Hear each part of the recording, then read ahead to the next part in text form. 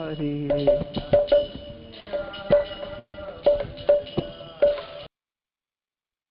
कृष्णा हरे कृष्णा कृष्णा कृष्णा हरे हरे, हरे राम राम राम हरे हरे।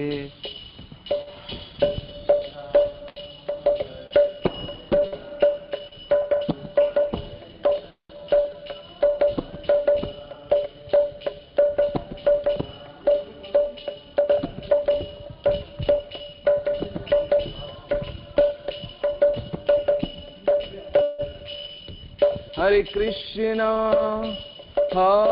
कृष्णा कृष्णा कृष्णा हरे हरे, हरे राम राम राम हरे हरे।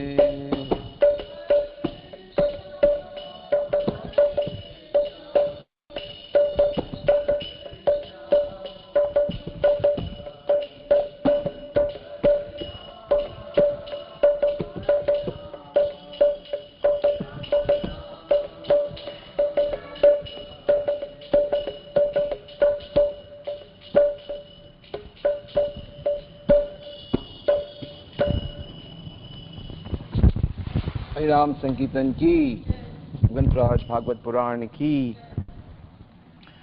तो समस्त भक्त वृंद का बहुत बहुत स्वागत है भागवतम क्लास में। और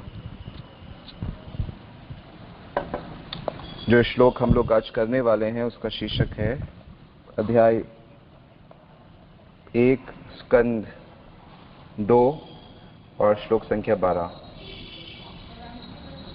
और बलराम जी के विषय में भी हम डिस्कस करेंगे। किम प्रमत्तस्य बहुभिः परोक्षे हानेरिह,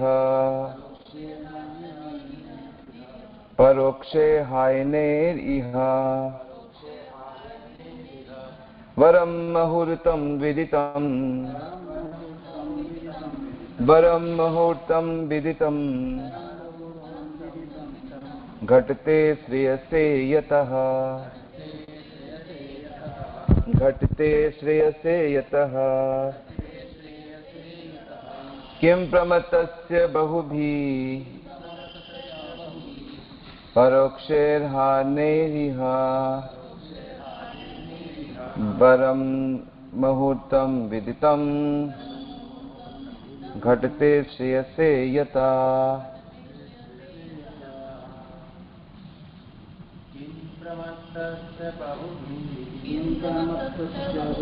परोक्षे हानेरिह वरं मुहूर्तं विदितं घटते श्रेयसे यतः। किं प्रमत्तस्य बहुभिः, किं प्रमत्तस्य बहुभिः परोक्षैर्हानेरिह वरं मुहूर्तं विदितं, वरं मुहूर्तं विदितं घटते श्रेयसे यतः।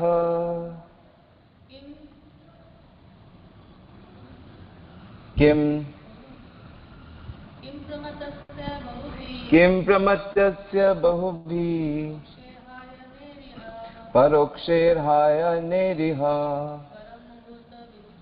वरं मुहूर्तं विदितं घटते श्रेयसे यतः। किम क्या है, प्रमत्तस्य मोहग्रस्त का, बहुभिः बहुतों के द्वारा, परोक्षे अनुभव विहीन, हायनेह वर्षों तक, इह इस संसार में, वरम श्रेष्ठ, मुहूर्तम एक क्षण, विदितम चेतन, घटते प्रयास कर सकता है, श्रेयसे परमार्थ के मामले में यतः जिससे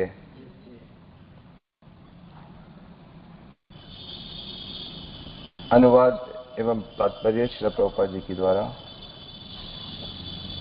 वैसे इतना अच्छा श्लोक है कि इस पे मरने का मन कर रहा है। आप निछावर हो सकते हो श्लोक पे, इतना अच्छा श्लोक, मतलब झकझोर के रख दे। मतलब इस श्लोक के लिए आप अपनी जान दे सकते हो। श्लोक कहता है, अनुवाद, इतने दीर्घ जीवन से क्या लाभ, जिसे इस संसार में वर्षों तक अनुभवहीन बनकर गंवा दिया जाए। इससे तो अच्छा है पूर्ण चेतना का एक क्षण, क्योंकि इससे उसके परम कल्याण का मार्ग प्रशस्त होता है। तात्पर्य श्रील प्रभुपाद के द्वारा। श्रीला सुखदेव गोस्वामी ने महाराज परीक्षित को प्रत्येक प्रगतिशील व्यक्ति द्वारा भगवान के पवित्र नाम का जप करने की महत्ता का उपदेश दिया। राजा जिनके जीवन में केवल 7 दिन शेष थे, उनको प्रोत्साहित करने के लिए सुखदेव गोस्वामी ने जोर देकर कहा कि जीवन की समस्याओं को जाने बिना सैकड़ों वर्षों तक जीवित रहने से क्या लाभ।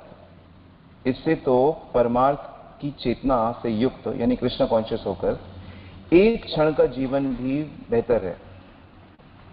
जीवन का सबसे बड़ा लाभ यह है कि जीवन सनातन है, ज्ञानमय है और आनंद से पूर्ण है, सच्चिदानंद है। जो लोग भौतिक जगत के बाह्य लक्षणों से मोहग्रस्त रहते हैं कि खाओ पियो और मजे करो, जैसे कि पाशविक वृत्ति में लगे रहते हैं, वे केवल मूल्यवान समय को व्यर्थ गुजारते हुए अपने जीवन को गंवा रहे हैं। हमें पूर्ण चेतना में रहकर यह समझ लेना चाहिए कि बद्ध जीवों को यह मनुष्य जीवन आध्यात्मिक सफलता प्राप्त करने के लिए प्रदान किया गया है। एक बार ध्यान से सुने, बद्ध जीवों को यह मनुष्य जीवन आध्यात्मिक सफलता प्राप्त करने के लिए प्रदान किया गया है, और इस लक्ष्य को प्राप्त करने की सरलतम विधि है भगवान के पवित्र नाम का कीर्तन। पिछले श्लोक में इस विषय में चर्चा की गई थी। अब आगे हम पवित्र नाम के चरणों पर किए जाने वाले विभिन्न अपराधों पर प्रकाश डालेंगे। जीव गोस्वामी ने प्रामाणिक शास्त्रों से अनेक उदाहरण दिए हैं और पवित्र नाम के चरणों पर किए जाने वाले अपराधों के विषय में व्यक्त विचारों की योग्यता पूर्वक पुष्टि की है। विष्णु यामल तंत्र में श्री जीव गोस्वामी ने सिद्ध किया है कि भगवान नाम के कीर्तन मात्र से मनुष्य सारे पापों के प्रभावों से मुक्त हो जाता है। केवल कीर्तन करने से सभी पापों से मुक्त। मार्कंड पुराण से उदाहरण देते हुए गोस्वामी जी कहते हैं कि मनुष्य को चाहिए कि वे ना तो भगवत भक्त की निंदा करे और ना उन लोगों की बातें सुने जो भगवत भक्त को छोटा बताने का प्रयास करते हैं। भक्त को चाहिए कि निंदा की जीभ को काट कर उसे निंदा करने से रोके, और यदि ऐसा ना कर सके तो उसे चाहिए कि भगवत भक्त की निंदा सुनने की अपेक्षा वो आत्महत्या कर ले। निष्कर्ष यह है कि मनुष्य को ना तो भगवत भक्त की निंदा सुननी चाहिए, ना किसी को ऐसा करने देना चाहिए। जहां तक देवताओं के नामों से भगवान के पवित्र नामों में अंतर की बात है, तो गीता में ये बात बताते हैं कि सारे असामान्य शक्तिशाली जीव परम शक्तिमान भगवान श्री कृष्ण के अंश हैं। स्वयं भगवान के अतिरिक्त सभी उनके अधीन हैं। कोई भी भगवान से स्वतंत्र नहीं है, क्योंकि कोई भी ना तो परम भगवान की शक्ति से अधिक शक्तिमान है, ना उनके बराबर है। अतः किसी का नाम भगवान के नाम के समान शक्तिशाली हो ही नहीं सकता है। भगवान के पवित्र नाम के कीर्तन मात्र से मनुष्य समस्त स्रोतों से एक ही समय घटित होने वाली नियत शक्ति को प्राप्त कर सकता है। अतः भगवान के पवित्र नाम की समता अन्य किसी नाम से नहीं करनी चाहिए। ब्रह्मा, शिव या अन्य शक्तिशाली देवता कभी परम भगवान विष्णु के समान नहीं हो सकते। भगवान का शक्तिशाली पवित्र नाम निश्चित रूप से मनुष्य को पाप के प्रभाव से उबार सकता है, किंतु जो व्यक्ति भगवान के पवित्र नाम की दिव्य शक्ति का उपयोग अपने कुत्सित कार्यों के लिए करना चाहते हैं, वे संसार में सबसे पतित व्यक्ति होते हैं। ऐसे व्यक्तियों को भगवान या उनके प्रतिनिधि कभी क्षमा नहीं करते। अतः मनुष्य को चाहिए सभी प्रकार से बिना किसी अपराध के अपने जीवन का उपयोग भगवान के यशोगान में करें। जीवन का ऐसा कार्य भले ही वह एक क्षण का क्यों ना हो, उसकी तुलना अज्ञान में दीर्घ जीवन से नहीं की जा सकती। जैसे वृक्ष या अन्य जीवों का दीर्घ जीवन, लंबा जीवन होता है, जो किसी प्रकार की आध्यात्मिक प्रगति किए बिना हजारों वर्ष तक जीवित रह सकते हैं। ओम अज्ञानातिमिरन्धस्य ज्ञानाञ्जनशलाखया चक्षुरुन्मिलितं येन तस्मै श्रीगुरुवे नमः। श्रीचैतन्यमनोभीष्टं स्थापितं येन भूतले स्वयं रूप कदामयं ददाति स्वपदान्तिकम्। वन्देऽहं श्रीगुरो श्रीयुतपदकमलं श्रीगुरून् वैष्णवांश्च श्रीरूपं साग्रजातं सगण रघुनाथान्वितं तं सजीवं साद्वैतं सावधूतं परिजनसहितं कृष्ण चैतन्यदेवं श्रीराधा कृष्ण पदान् सगण ललिता श्रीविशाखान्वितां च। हे कृष्ण करुणा सिंधु दीनबंधु जगत्पते गोपेश गोपिका कांत राधा कांत नमस्तुते। तप्त कांचन गौरांगी राधे वृंदावनेश्वरी वृषभानुसुते देवीं प्रणमामि हरिप्रियं। वाञ्छाकल्पतरुभ्यश्च कृपा सिन्धो एव च पतितानां पावनेभ्यो वैष्णवेभ्यो नमो नमः। श्री कृष्ण चैतन्य प्रभु नित्यानंद राधे शिवासादि गौर भक्त वृंद। हरे कृष्ण कृष्ण कृष्ण हरे हरे हरे राम राम राम हरे हरे। हरे कृष्णा। तो हम क्योंकि आज बलराम जयंती है तो कुछ समय डिस्कस करेंगे और थोड़ा समय बलराम जी के विषय में भी चर्चा करेंगे। तो बहुत सुंदर श्लोक है और ये श्लोक जीवन की राह जीने का हमें कृष्ण कॉन्शियसनेस में एक गजब का स्ट्रॉन्ग पॉइंट देता है। मतलब जैसे कृष्ण भक्ति में आगे बढ़ने के लिए हमें बहुत सी चीजों की आवश्यकता पड़ती है। नॉलेज की आवश्यकता पड़ती है जो गुरु और शास्त्र प्रोवाइड करते हैं। आध्यात्मिक बल की आवश्यकता पड़ती है जो वैष्णव सेवा गुरु सेवा वो बल हमें प्रदान करती है। हृदय की शुद्धता की आवश्यकता पड़ती है जो हरिनाम हमें प्रोवाइड करता है।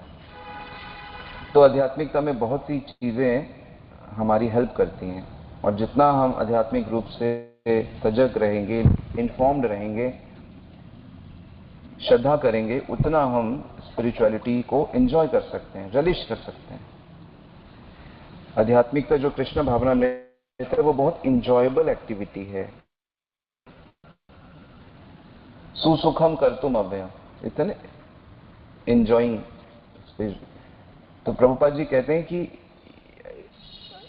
मुश्किल है आध्यात्मिकता को चुनना, मुश्किल है आध्यात्मिकता का डिटर्मिनेशन लेना कि मुझे स्पिरिचुअल लाइफ को फॉलो करना है। तो ये मुश्किल है। एक बार वो डिटर्मिनेशन हो गया तो बहुत आनंद है। मुश्किलें आती हैं। श्रील प्रभुपाद कहते हैं कि अगर आपके जीवन में, आध्यात्मिक जीवन में मुश्किलें आ रही हैं, इसका मतलब है गुरु की आज्ञाओं को फॉलो नहीं कर रहे। क्या नहीं कर रहे? गुरु की आज्ञाओं को ठीक से फॉलो नहीं कर रहे, इसीलिए आध्यात्मिक जीवन में कष्टों का अनुभव होता है। तो ठीक उसी प्रकार ये जो एक श्लोक है ये हमको एक सुकून प्रोवाइड करता है। और सुखदेव गोस्वामी बात कर रहे हैं परीक्षित महाराज से, तो उनको भी ये बहुत सुकून प्रोवाइड कर रहा है। एक ऐसा व्यक्ति, महान भक्त जिसके जीवन के केवल 7 दिन रह गए, तो उनको कह रहे हैं अरे कोई जरूरत नहीं है, इससे बहुत टाइम है आपके पास, 7 दिन बहुत है। 7 दिन की क्या बात करते हो? वरम मुहूर्तितम विदितम, कि एक मुहूर्त, एक क्षण काफी है। एक क्षण का जीवन काफी है। और किम प्रमत्तस्य बहुवी, और जब ज्ञान ना हो, इग्नोरेंस वाला लंबा जीवन हो, क्या फायदा?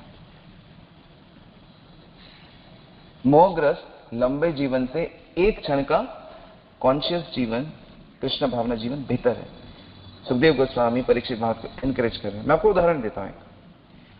मैंने अपने लाइफ में ऐसे कुछ एक केसेस देखे हैं और मुझे खुद माया के उससे बड़ा आश्चर्य लगता है। मैं एक बच्चे को जानता हूं जो लगभग 27 साल का है, मतलब तो लड़का है। आपको जान के आश्चर्य होगा कि वो 27 साल से कोमा में, 27 साल से कोमा में वो। तो वो पैदा होते ही, वो डेथ नहीं है, हैंडीकैप्ड है, और क्योंकि वो जिंदा है तो वो नेचुरली वो ग्रो भी कर रहा है। रजौरी गार्डन में रहता है अभी भी।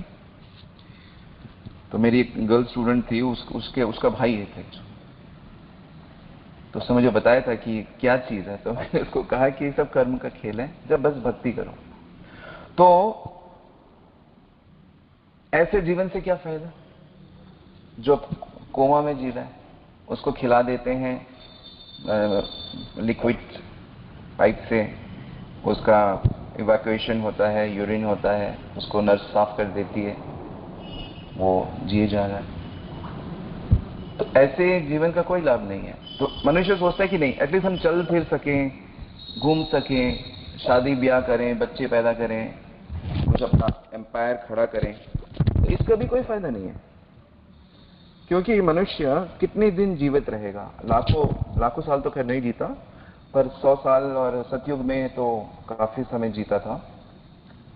सतयुग में एक्चुअली लाख साल जीता है, त्रेता युग में 10,000 साल जीता है, द्वापर युग में 1000 साल और उससे कम जीता है, कलयुग में 100 साल और उससे कम हो रहा है।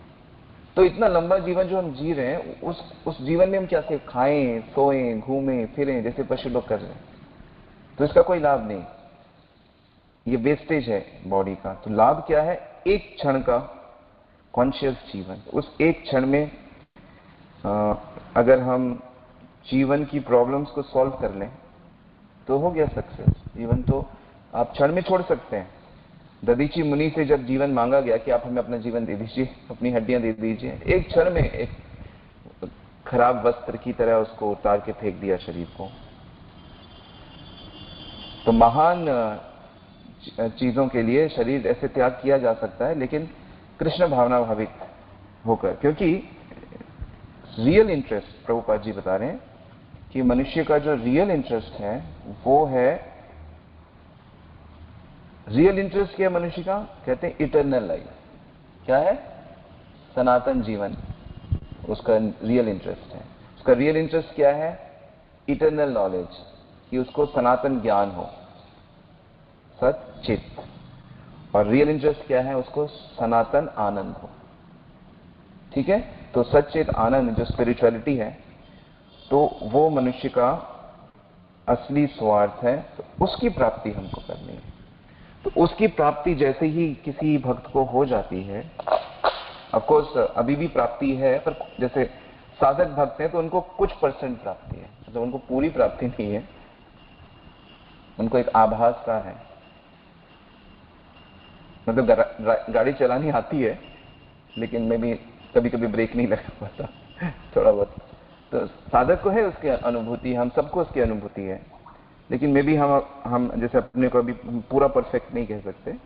तो जैसे ही पूरा परफेक्ट मनुष्य हो जाता है, जैसे कि शुद्ध भक्त हैं, गुरु महाराज हैं, प्रभुपाद जी हैं, तो जो परफेक्ट जीवन उनके लिए तो जीवन मुक्त है, वो उनका लाइफ का जर्नी हो गया। अभी अगर मृत्यु का संदेशा आता है, वो सहर्ष से स्वीकार करेंगे, बड़े आनंद से स्वीकार करेंगे कि चलो अब भौतिक जो भी है खत्म हुआ। मतलब भौतिक तो खत्म हो चुका है, लेकिन यहाँ भौतिक जगत में और दूसरों का दुख देखने की भी जरूरत नहीं है, सीधा कृष्ण से जाके मिलो। तो ये है एक्चुअल जीवन। तो इसलिए जो इस श्लोक की खासियत जो समझ में आ रही है वो ये कि हमें लंबे जीवन की चाह नहीं करनी चाहिए, हमें लंबा जीवन नहीं जीना है, हमें कृष्णा भावना भावित जीवन जीना है। यदि हम सही चेतना में नहीं हैं और लंबा जीवन जीते हैं तो लंबा जीवन डेंजरस है, क्योंकि लंबे जीवन में पाप करेंगे, लंबे जीवन में अपराध करेंगे, लंबे जीवन में अधिक से अधिक दुख भोगेंगे, कष्ट भोगेंगे, कॉन्शियसनेस और खराब होती जाएगी। वास्तव में शरीर धीरे धीरे बूढ़ा और बीमार पड़ रहा है, लेकिन वास्तव में शरीर का बूढ़ा और बीमार होना इतना फर्क नहीं पड़ता, फर्क पड़ता है कि मन कितना बूढ़ा हो रहा है, कितना बीमार पड़ रहा है। क्योंकि मन जो है वो एक्चुअली में रियल बीइंग है। तो यदि मन स्पिरिचुअल है तो आत्मा को अपना बॉडी वापस, मतलब उसका स्वरूप उसको बोध हो जाता है, प्राप्त हो जाता है। और यदि मन भौतिक है, मन दूषित है, तो उसको फिर दूषित देह प्राप्त होते हैं। उसको सुअर की योनि में जाना पड़ सकता है, और उसको जानवरों की योनि में जाना पड़ सकता है, असुर योनि में जाना पड़ सकता है। ये है असल में लॉस। मनुष्य का अगर लॉस है तो ये उसका एक्चुअली में लॉस है। तो भक्तों को लंबे जीवन की कामना नहीं करनी चाहिए, भक्तों को सेवा की कामना करनी चाहिए कि हे भगवान, हम आपकी ये सेवा करना चाहते हैं, हे भगवान, हम आपका गुणगान करना चाहते हैं। तो इसलिए भक्त लोग फ्री रहते हैं। इसलिए उनका जो हर दिन होता है, हर दिन उनका एक कंप्लीट जीवन होता है। वो आगे की प्लानिंग नहीं करते कि हम कुछ नहीं, जो जिस समय सिचुएशन में वो होते हैं उसी समय वो गुरु आज्ञा से अच्छे से सेवा करना चाहते हैं। तो ये भक्तों के लिए है। तो ये बहुत आवश्यक है कि जो लोग को इस चीज की नॉलेज नहीं है, या आप ऐसा समझे कि नहीं आपको नॉलेज हो चुकी, नहीं, इस कंसेप्ट को और अधिक दृढ़ करना है। हरे कृष्ण आंदोलन ऐसा नहीं है कि आप जप करना शुरू कर रहे हैं, आप भक्ति के नियम कर रहे हैं तो आप परफेक्ट हो गए। आपको कह रहे वो भी यही कर रहे हैं, हम भी यही कर रहे हैं, बड़े महाराज जी 60 साल से वही कर रहे हैं, हम भी वही कर रहे हैं, हमें उनमें क्या फर्क है? बहुत फर्क है, बहुत फर्क है। और ये फर्क कैसे समझ में आता है? जैसे जैसे हम लोग आगे बढ़ते हैं हमको ये समझ में आता है कि वाकई कृष्णा भावनामृत की जो उन्नति है वो अंदर से होती है, और वो उन्नति बहुत ठोस होती है, बहुत स्ट्रांग होती है। तो जैसे कि नॉर्मल जगत में भी जो यंग बच्चे होते हैं और जो बूढ़े होते हैं उनमें बहुत फर्क होता है,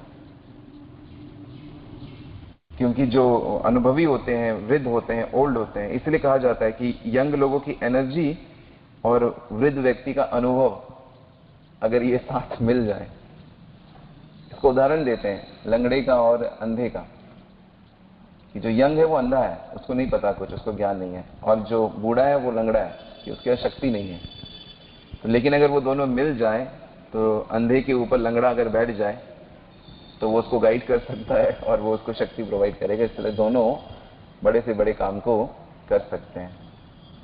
तो ये बड़ा फेमस एग्जाम्पल है, अंधे का और लंगड़े को मिलाना है। तो उसी प्रकार यूथ को और ओल्ड को मिल के काम करना है, मिल के कृष्ण की सेवा करनी। तो इसका साक्षात उदाहरण श्रीला प्रभुपाद जी है। श्रीला प्रभुपाद से अच्छा उदाहरण हो नहीं सकता। जो उनके स्टूडेंट थे सब 20 से 30 साल के बीच में थे, 18 से 30 साल के नीचे थे। सबसे बड़े उनके जो हृदयानंद महाराज थे वो 31 साल के थे, जो एक कॉलेज के लेक्चरर थे। बाकी सब के सब उससे नीचे थे। राधानाथ महाराज 16-17 साल के थे जब प्रभुपाद से मिले। तो वो सबके सब हिप्पी थे, सबके सब उल्ट पुल्ट काम कर रहे हैं, सब शास्त्र विरुद्ध कार्य कर रहे हैं। और लेकिन उनको श्रीला प्रभुपाद जो एक परफेक्ट डिवोटी, प्योर डिवोटी, जो ज्ञान से भक्ति वेदांति उनका नाम है, तो उनका जैसे ही संग हुआ तो बस मिल गई शक्ति, आंखें मिल गई, अंधे को आंखें मिल गई और उन्होंने कृष्ण भावना का आंदोलन शुरू किया। तो ठीक उसी प्रकार हम लोगों के लिए ये जो शास्त्र हैं ये वास्तव में हमारी आंखें हैं। तो ये आंखें ये हमको विजन देती हैं देखने का। हमें इन आंखों से नहीं देखना, हमें इन आंखों से दिखता है ये क्या कर रहा है, ये क्या कर रहा है, ये कैसे बोल रहा है, हम सुनता है ये क्या सुन रहा हूं मैं, ये सब हमें काफी कुछ दिखाई देता है, सुनाई देता है, महसूस होता है, दिखाई सुनाई भी देता है। और हमको क्या होता है, एक चीज क्या होती है, फीलिंग होती है। तो जो फीलिंग है वो भी एक इंद्रिय है, वो भी आंख कान, वो मन है ना, मन रूपी इंद्रिय उसकी फीलिंग है। तो हम उस पर ना विश्वास करें, क्योंकि हमें कई बार फीलिंग होगा मैं भाग जाता हूं यहां से मेरे को अच्छा नहीं लगता, कुछ मेरी बात कोई नहीं सुनता, मेरे कोई सम्मान नहीं करता। तो हमें कई बार ऐसी फीलिंग हो सकती है। लेकिन ये हमें शास्त्र की दृष्टि से देखना चाहिए कि शास्त्र क्या कहता है। इसलिए यदि हम भगवत गीता, भागवतम, चैतन्य चरितामृत और वैष्णवों के कांटेक्ट में रहेंगे तो हम देखेंगे कि अच्छा ये भौतिक है, भौतिक है, फीलिंग भौतिक है। क्या है? भौतिक फीलिंग। भौतिक फीलिंग मतलब आई हेट यू, भौतिक फीलिंग मतलब I am better than you, भौतिक फीलिंग मतलब you serve me, I am your master, ये भौतिक फीलिंग है।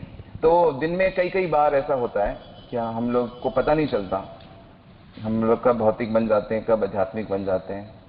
और भौतिकता में भी लोग बहुत अच्छे बनते हैं। भौतिकता में हम लोग बहुत अच्छे कब बनते हैं, जब हमको किसी से कुछ लेना होता है, जब हमें किसी से कुछ लेना होता है तो हम अच्छे बन जाते हैं उसके लिए। तो जब हमें भोग चाहिए होता है और जिससे मिलने की आशा होती है, जिससे हमें लगता है कि हाँ इससे हम ले पाएंगे, तो हम उसके लिए बहुत अच्छे बन जाते हैं, डिसेंट बन जाते हैं, उसके सेवक बन जाते हैं। तो इसलिए हमें आध्यात्मिक दृष्टि से चीजों को देखना चाहिए, आध्यात्मिक कंसेप्ट को ठीक करना चाहिए, आध्यात्मिक चेतना ऊपर उठाने के लिए प्रे करना चाहिए, प्रैक्टिस करना चाहिए। तो हम लोग हर चीज को स्पिरिचुअल एंगल से देख सकते हैं। और जिसको ये आर्ट आ गया, स्पिरिचुअल एंगल से चीजों को देखने का आर्ट आ गया, करने का आर्ट आ गया, फीलिंग का आर्ट आ गया। जैसे कि श्रील प्रभुपाद कथा हम लोग सुन रहे हैं आजकल, तो उसमें जब भी श्रील प्रभुपाद को बहुत नुकसान होता है, उनको कोई ना कोई लेटर आता है, कोई ना कोई न्यूज आती है, आपका यहाँ नुकसान हो गया, नुकसान हो गया, क्या कहते हैं वो,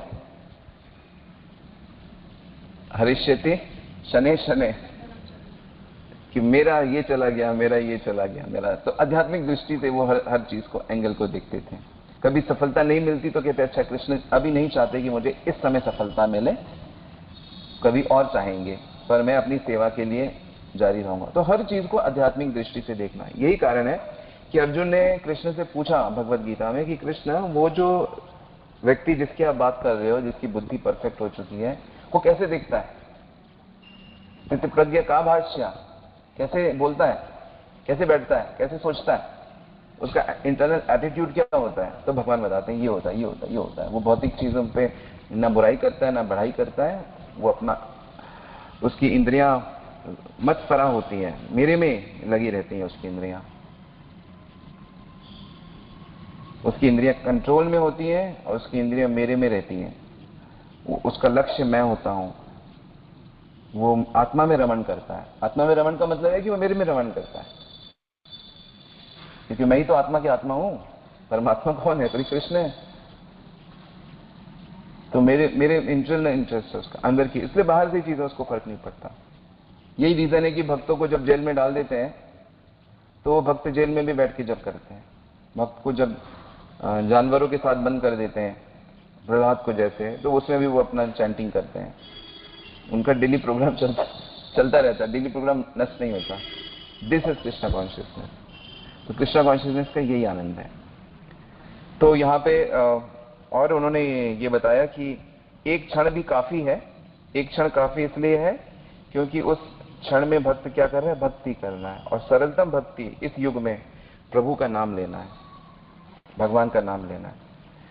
तो वैष्णव आप देखेंगे कि सारी दुनिया के लोग बात करते हैं कि भगवान का नाम लेना चाहिए, कलयुग केवल नाम आधारा, और सारे सबको पता है कि भगवान का नाम लेना। लेकिन वैष्णवों में ये मैंने ये चीज ऑब्जर्व किया है कि यहाँ कहते हैं नहीं, नाम लेना है लेकिन अपराध रहित नाम लेना है। तो ये जो चीज है, अपराध रहित भगवान का नाम होना चाहिए, शुद्ध नाम होना चाहिए भगवान का, शुद्ध नाम।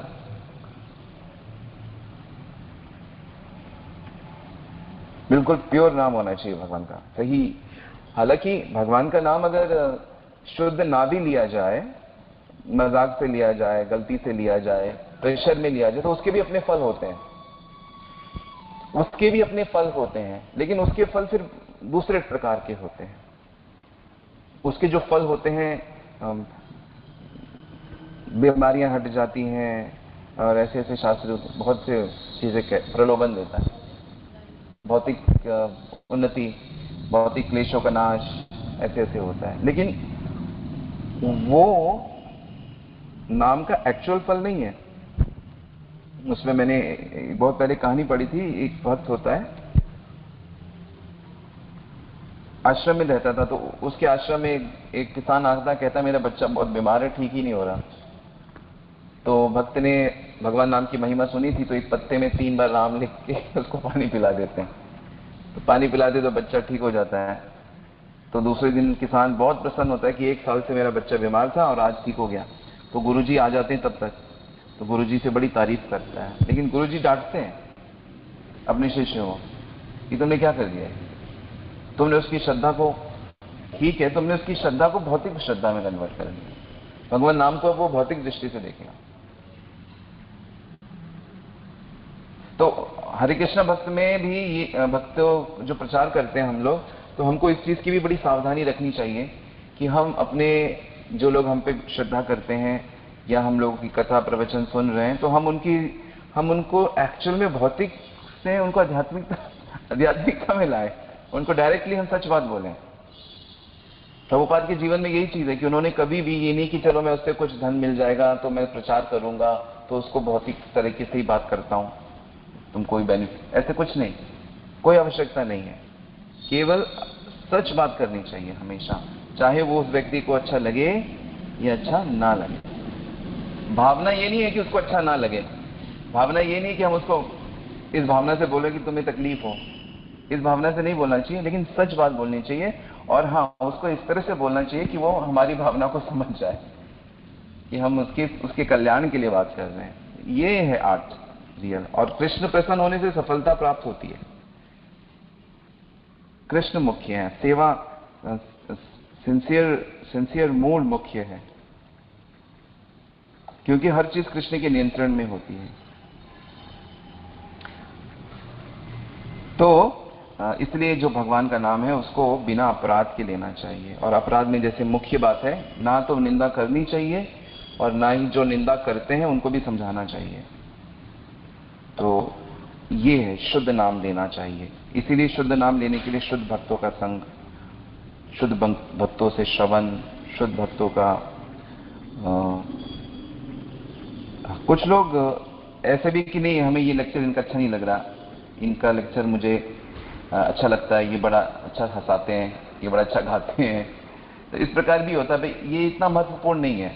हमें ये देखना चाहिए कि जो लेक्चर कर रहा है, कथा कर रहा है, वो खुद कितना ठीक से पालन कर रहा है, उसका खुद कितना साधना में रुचि है, उसका कितना सदाचार में उसका ध्यान रखता है वो। क्योंकि जितना सदाचार अच्छा होगा, सदाचार से हमें उसका इंटरनल मूड पता चलता है कि उसके सिद्धांत कैसे हैं।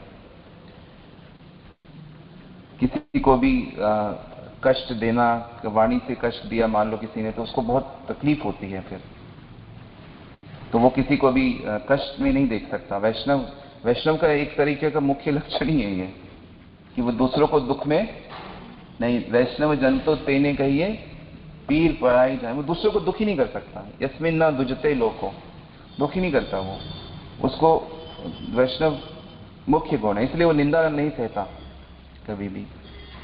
तो ये चीज इस श्लोक में बताई गई है विशेष रूप से कि नाम जप करें, चाहे समय कितना भी कम हो, कितना भी ज्यादा हो।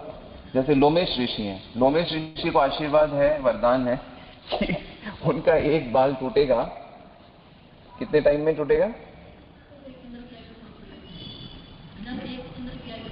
एक इंद्र का जीवन। हाँ, तो ब्रह्मा जी का एक दिन, सॉरी एक मनवंतर, तो उनका एक बाल गिरेगा।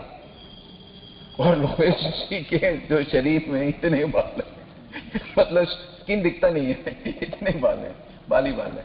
और उन्होंने घर नहीं बनाया, तो किसी ने कहा कि आपका महाराज, आपका मैं बढ़िया सा आश्रम, अरे इतना समय है आश्रम बनाने का? समय है ही नहीं। वो हमेशा बस बात मत करो, जाओ यहां से, भजन करते रहते हैं, हरे कृष्णा कृष्ण कृष्ण हरे हरे, हरे राम राम राम हरे। क्या मधुर, क्या अद्भुत, इसको इतना जीवन, लंबा जीवन मिला और उसको वो एक क्षण को वेस्ट नहीं कर सकता। ऐसा अद्भुत उसको नाम से प्रेम है। तो काफी अद्भुत है हरे कृष्णा आंदोलन और भक्तों की जीवन चरित्र बड़ा अद्भुत है। तो ये है इस श्लोक का। तो घबराने की कोई बात नहीं है, चाहे शरीर कैसा भी हो, कोई चिंता की बात नहीं है। बस भगवान से प्रार्थना कि भगवान आप भजन निरंतर चलता रहे, निरंतर भगवान चलता रहे। और भगवान कहते हैं इसमें, हम तो पढ़ रहे थे,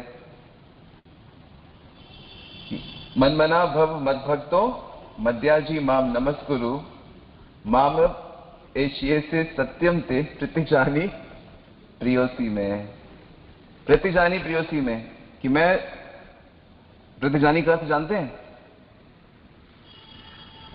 याद आ रहा है? प्रतिजानी प्रॉमिस, पक्का प्रॉमिस। तो अगर कोई अपना मन मुझ में लगा रहा है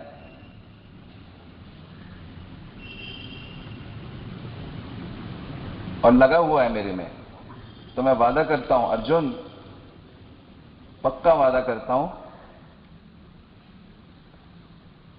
क्या मामी विषय सत्यम ते, सत्य बोलता हूं, सत्यम ते प्रतिजानी प्रियोसी में, वो मुझे बहुत प्रिय है और वो मेरे तक आ जाता है।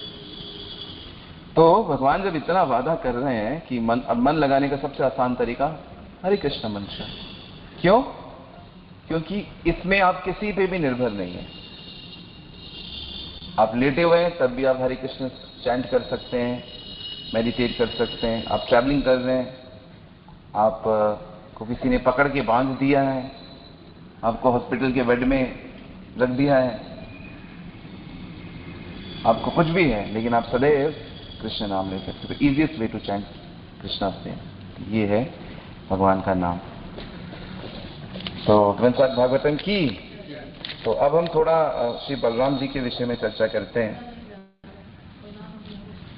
बलराम जी के बारे में ज्यादा चर्चा नहीं कर सकते क्योंकि वो हर समय चर्चा कर रहे हैं। तो जो बलराम जी हैं, अरे वाह क्या बात है। तो यहाँ पे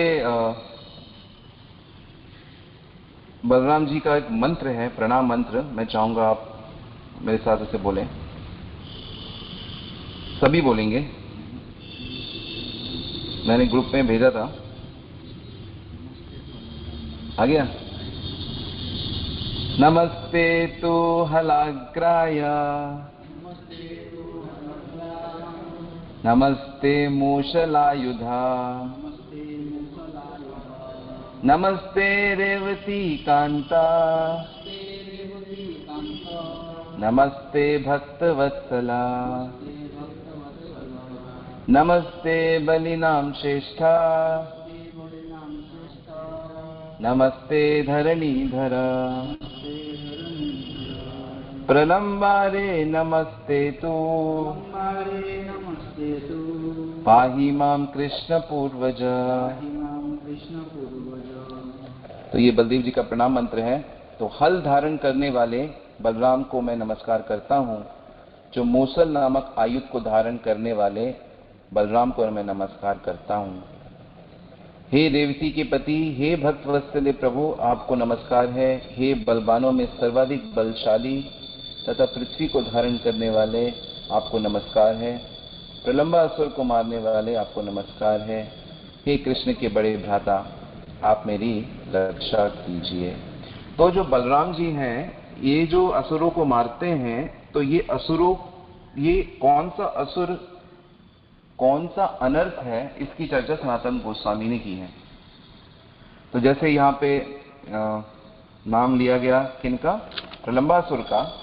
तो ये प्रलंबासुर जो है,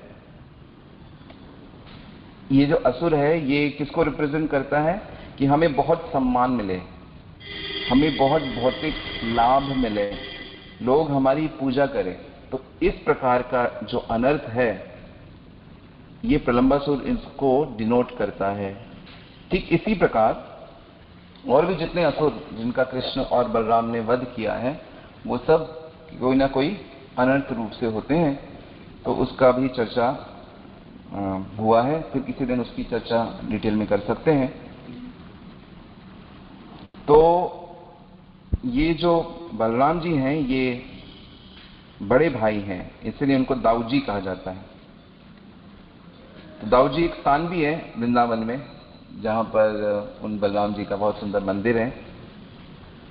और कौन है बलराम? तो केवल कृष्ण के साथ रंग भेद है। केवल कृष्ण श्याम वर्ण है और बलराम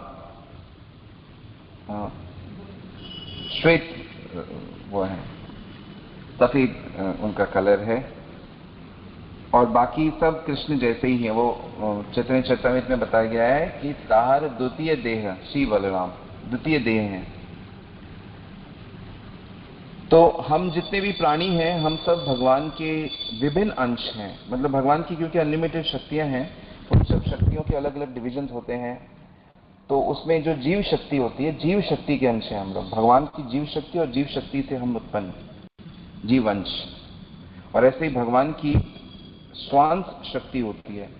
तो वो स्वांश शक्ति के बलराम जी प्रथम अवतार हैं। तो मुख्य जो बलराम जी के विषय में जो बात हमको समझनी है कि बलराम जी कृष्ण सेवा के एपिटमी बोलते ना, टॉप मोस्ट। पुरुष रूप में भगवान की सेवा टॉप मोस्ट अगर हो रही है तो बलराम जी के थ्रू हो रही है। तो ये बलराम जी पुरुष रूप से कृष्ण के टॉप मोस्ट डिवोटी हैं और राधा जी स्त्री रूप से कृष्ण के टॉप मोस्ट डिवोटी। और क्योंकि श्री कृष्ण अद्वैत तत्व हैं, इसलिए बलराम और कृष्ण में भेद नहीं है। और इसीलिए राधा रानी और कृष्ण में भेद नहीं है। तो ये जो भेद नहीं है, आप बार बार जब कृष्णा कॉन्शियसनेस में आओगे और आप अच्छे से स्टडी करोगे, आप देखोगे कि ये भेद अभेद, ये भेद नहीं है, ये चलता ही रहेगा, हर समय चलता रहेगा।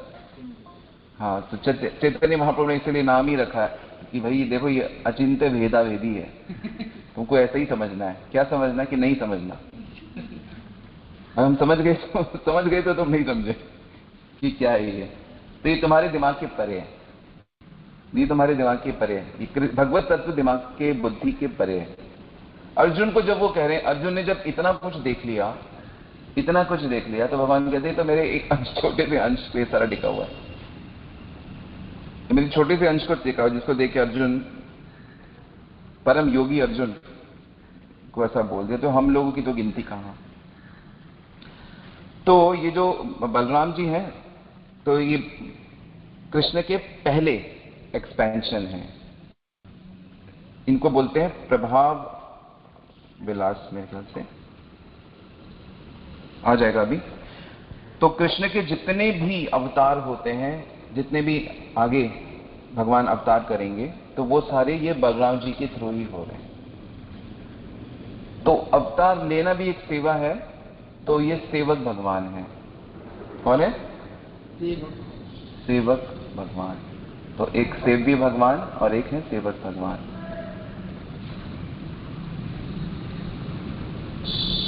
और क्या करते हैं? बस हर तरह से कृष्ण की सेवा करते हैं। तो कृष्ण जब सृष्टि लीला जैसे करनी है, तो सृष्टि लीला के लिए वो पुरुष अवतार ग्रहण करते हैं।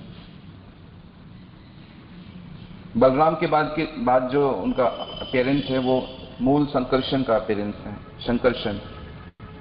और फिर कारणोदक्षाय विष्णु। कुछ लोग मतलब कुछ स्थानों पे महाशंकर्षण और कारणोदक्षाय विष्णु को एक ही माना गया।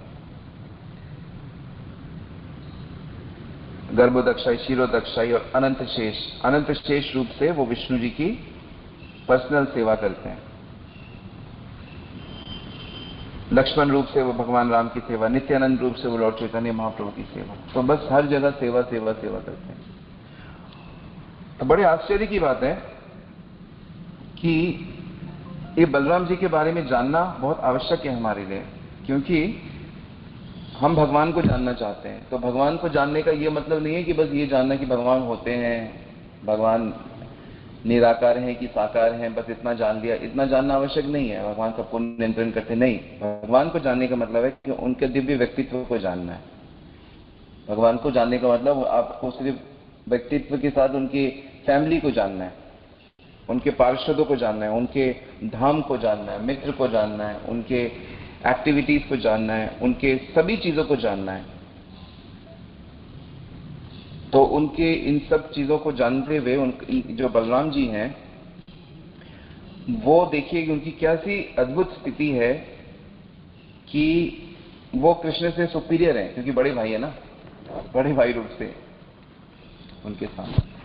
तो वो नित्य सुपीरियर है क्योंकि नित्य भाई हैं वो, तो वो हमेशा कृष्ण के जूनियर है, ऑलवेज। तो कृष्ण का बलराम के प्रति क्या भाव है? वही भाव है जो बड़े के प्रति भाव होता है।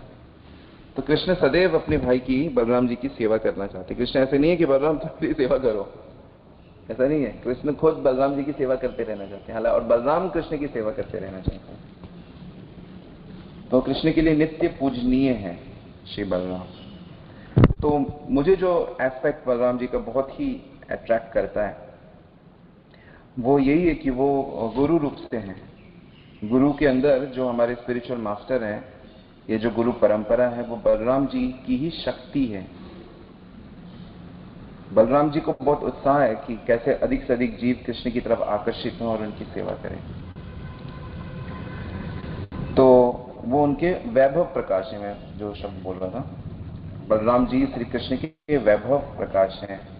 और ये जो पूरा ब्रह्मांड है, जैसे बीज रूप से पूरा ब्रह्मांड के बीज से कृष्ण है, लेकिन गर्भ जो है वो बलराम रूप से, सारे ब्रह्मांड को उन्होंने ही धारण कर रखा है।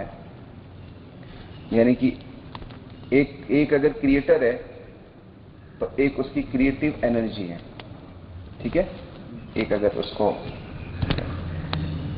और ये सभी के हृदय में प्रवेश करते हैं दोनों। मतलब अब दोनों इसलिए कह रहे हैं क्योंकि हम बलराम जी के बारे में बात कर रहे हैं, पर एक्चुअली जब भगवान किसी के हृदय में प्रवेश कर रहे हैं तो वो अपनी सब चीजों के साथ प्रवेश करते हैं, क्योंकि जहां भगवान है वहां पे उनका धाम भी है, उनके भक्त भी हैं, उनकी लीलाएं भी हैं, सब कुछ है उनकी। तो बलराम जी का बड़ा सुंदर एक जैसे लीला आता है, तो आध्यात्मिक जो पर्सनालिटीज हैं उनका जो सबसे की प्रिंसिपल वो है कि वो बहुत अटैच्ड होते हैं भगवान से, सेवा से। भगवान से मतलब सेवा से। और भौतिक चीजों का जो की प्रिंसिपल वो होता है कि हम बहुत ज्यादा अटैच्ड होते हैं अपनी सेवा से, अपने को सुखी करने के लिए। तो ये की वो है, मतलब मेन खूंटी है जिस पे चल रहा है सब कुछ। तो अगर ये खूंटी, अगर हमें कोई अपनी खूंटी मिल जाए तो हम उसको हटा के यहाँ पे फिक्स कर दें। तो इनके कैसे इनका जन्म हुआ आपको पता ही है।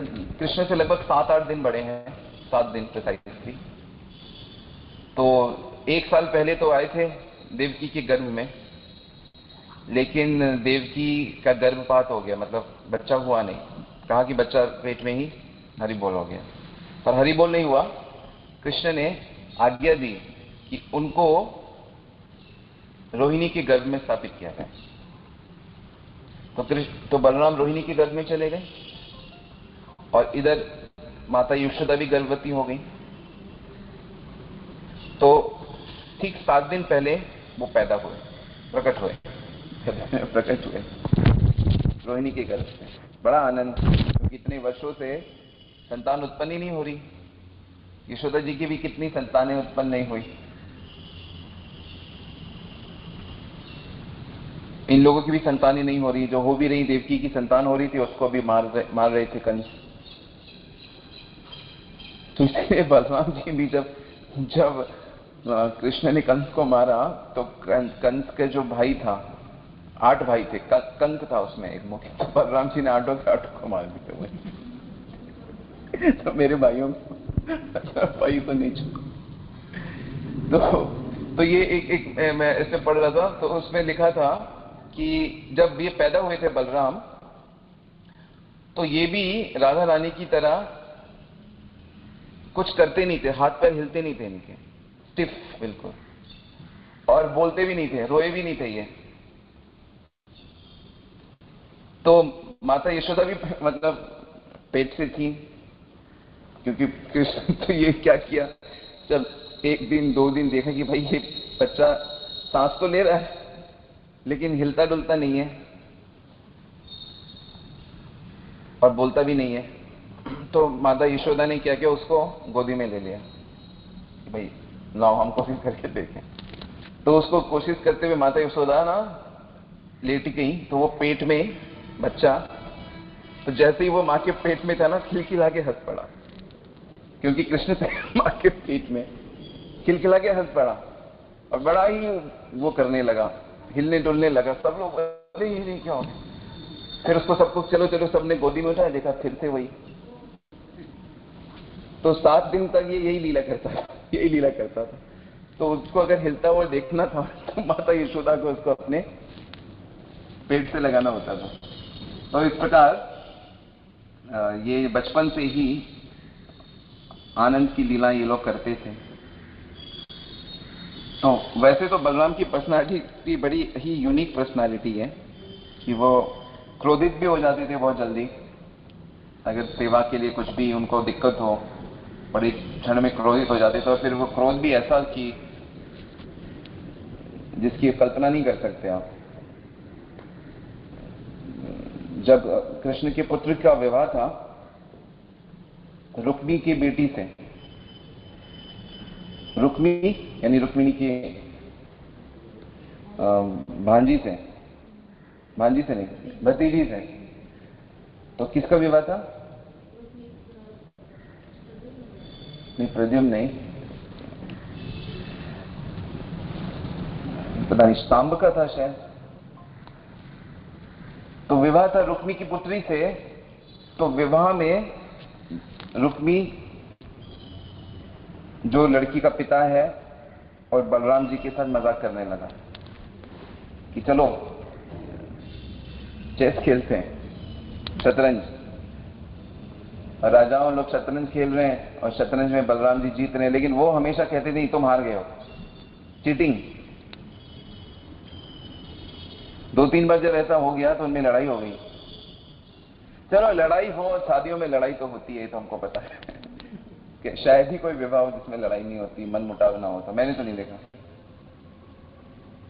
भक्त सबके मटेरियल सबके मैंने झगड़ा देखा है, मन मुटाव तो देखा ही। चलो ठीक, कोई बात नहीं। अब शादी में क्या हुआ, बलराम जी ने रुक्मी का मर्डर कर दिया, हत्या कर दी उसकी। ऐसा लगता है बलराम जी का ये पास टाइम है ये, क्योंकि वो भागवत कथा में भी जब रोमहर्षण ऋषि उठे नहीं, बलराम जी का सब लोग उठ के खड़े हो गए, लेकिन वो उठ के नहीं खड़े हुए।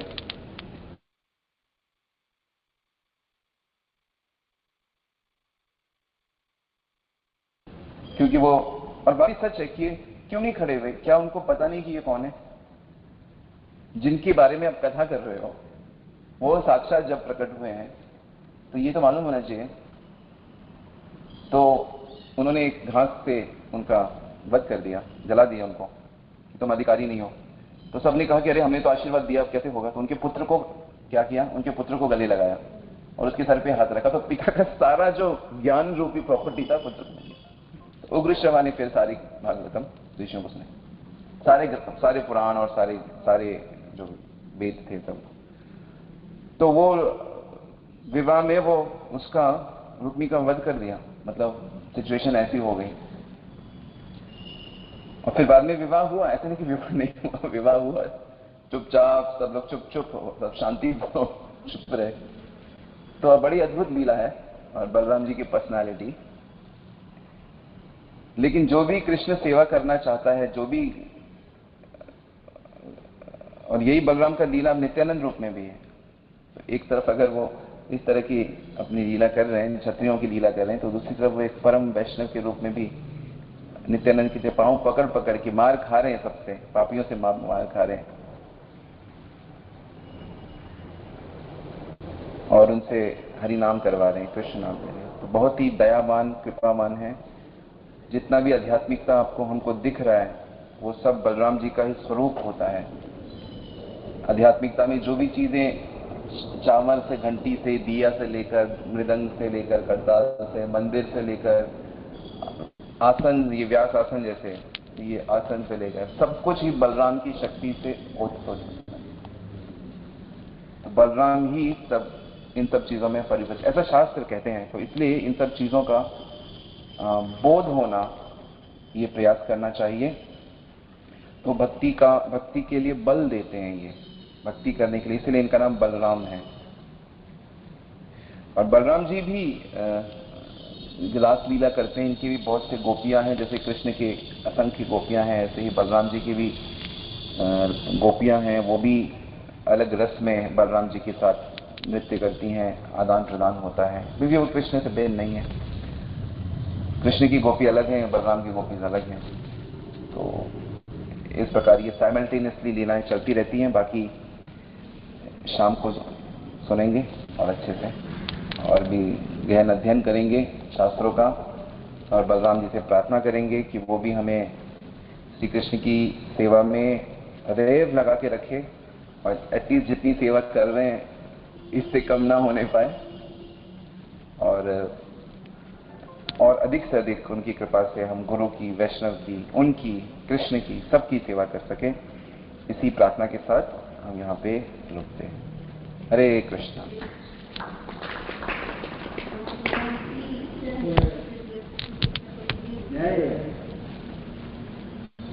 किसी का कोई क्वेश्चन या किसी का कोई